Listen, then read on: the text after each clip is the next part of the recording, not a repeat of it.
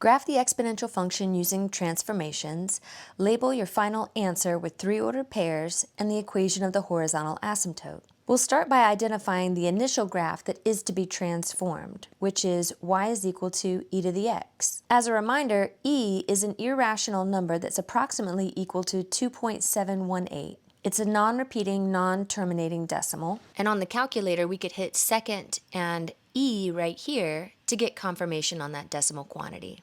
The growth factor is that value e, which is greater than 1, which means that the original graph that we begin with is going to be an increasing exponential function. Before the transformations, an exponential function is going to have a horizontal asymptote at y is equal to 0. In this case, the initial value is positive 1, so we have the ordered pair 0, 1 as our y-intercept. And then there are 2 other points of interest that we keep track of. One of them is at the domain element 1, which corresponds to the growth factor. And then negative 1 is going to correspond to the reciprocal of the growth factor, which is at 1 over e, and that fraction is approximately 1/3. So we'll start with the graph of an increasing exponential function that passes through those points of interest. Let's also keep track of our points of interest on a table. So we have 0, 1, 1 e, and negative 1, 1 over e. And of course, the horizontal asymptote is also a point of interest.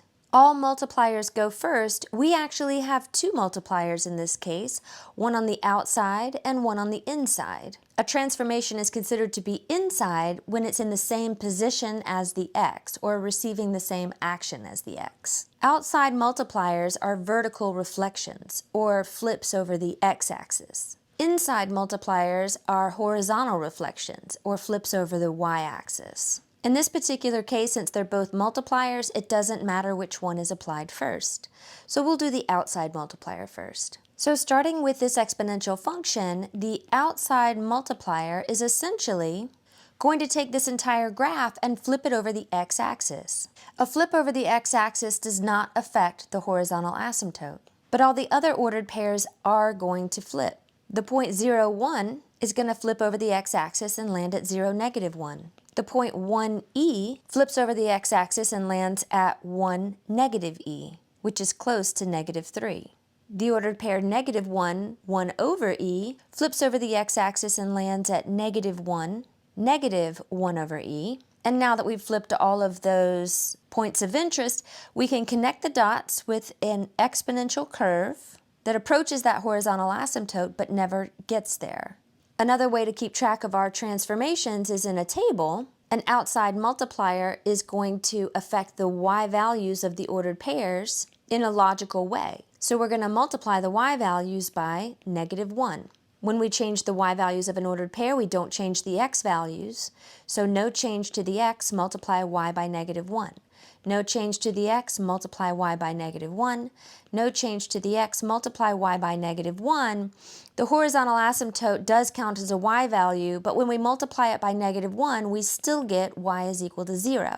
And these are the same points of interest that we were able to achieve on the graph. The last transformation is another flip, but this time it's a horizontal flip, or a flip over the y-axis. In order to apply an inside transformation, we're going to affect the x values of the ordered pairs in a backwards from logic way.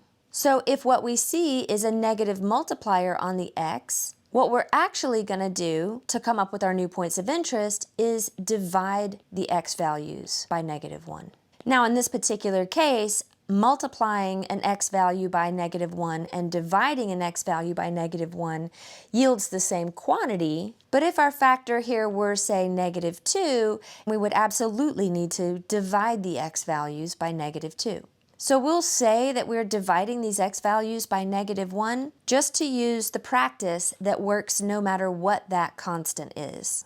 So we divide the x value by negative 1. 0 divided by negative 1 is 0, no change to the y's. 1 divided by negative 1 is negative 1, no change to the y. Negative 1 divided by negative 1 is positive 1, no change to the y. And we are not changing the y value, so y is equal to 0 is going to stay the horizontal asymptote. Since this was our last transformation, this graph will go in the final answer area, and we're going to put all of these points of interest on that final answer. Let's start with y is equal to 0, the horizontal asymptote, and we'll plot that on our graph. Remember, this last transformation was essentially a flip of our most recent iteration over the y-axis. In our table to get our points of interest, we took the ordered pairs and we divided the x value by -1. This first point of interest didn't have a change in position because 0 divided by -1 is still 0.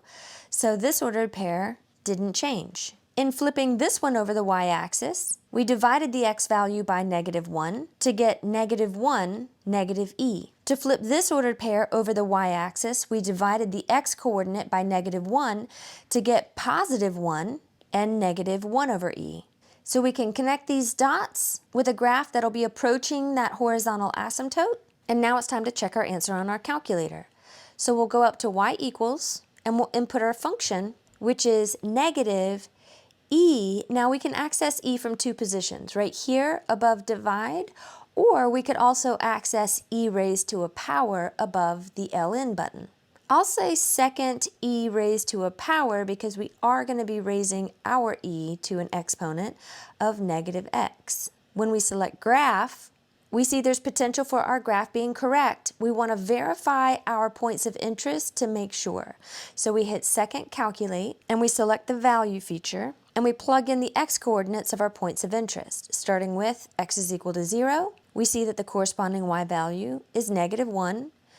Let's verify x is equal to -1 next to see that y is equal to -2.718, which is the decimal for e, so -e. And then when we verify the point of interest that has an x coordinate of +1, we're going to get a decimal we don't recognize, but let's make note that -3.679 is the decimal. Let's take that over to our home screen to see what 1 divided by e actually is, and that is the same decimal. So when we had x is equal to 1, the corresponding output was negative this decimal, which verifies our third point of interest.